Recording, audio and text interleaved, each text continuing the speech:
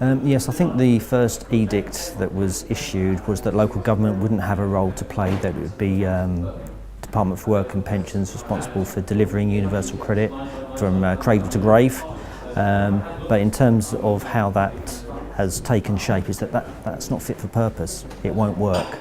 So they've had to bring all aspects of government together to see how we can affect this change. Because I do agree in the principle that you should have a simpler benefit system, but it also should be a simpler infrastructure and way to claim benefit too. I think local government has always stepped up and made their voices known, but I don't think they were particularly well received at the early stages because there's quite a dogmatic approach in my view. That's changed, the nature of that debate has changed, and it is a lot more not collective responsibility, but I think there's a greater sense of collaboration trying to get this to work.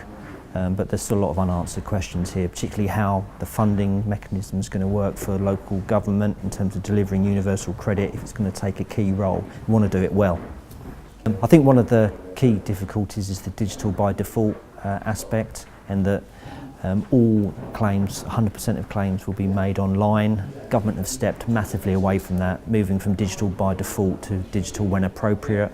I think there's going to be a local delivery arm, which most probably will be local authorities. So it really has to be fit for purpose. So moving away from the sort of edicts and commandments of the past to something a lot more practical. In Lambeth particularly, there's 80% of people within the borough have access to the internet. That doesn't mean that they're highly skilled on the internet, but in terms of access.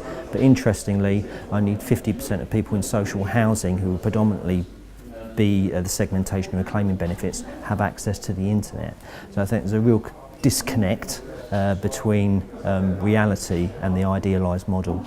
My key message is to keep involved. I think there might be the feeling that this destiny is foretold in terms of universal credit, and it is very much one size fits all from the rhetoric, but clearly from the implementation there's still a lot of decisions that haven't been made, that are yet to be made, and local government's got a real role, as well as the local residents, in terms of shaping the future here.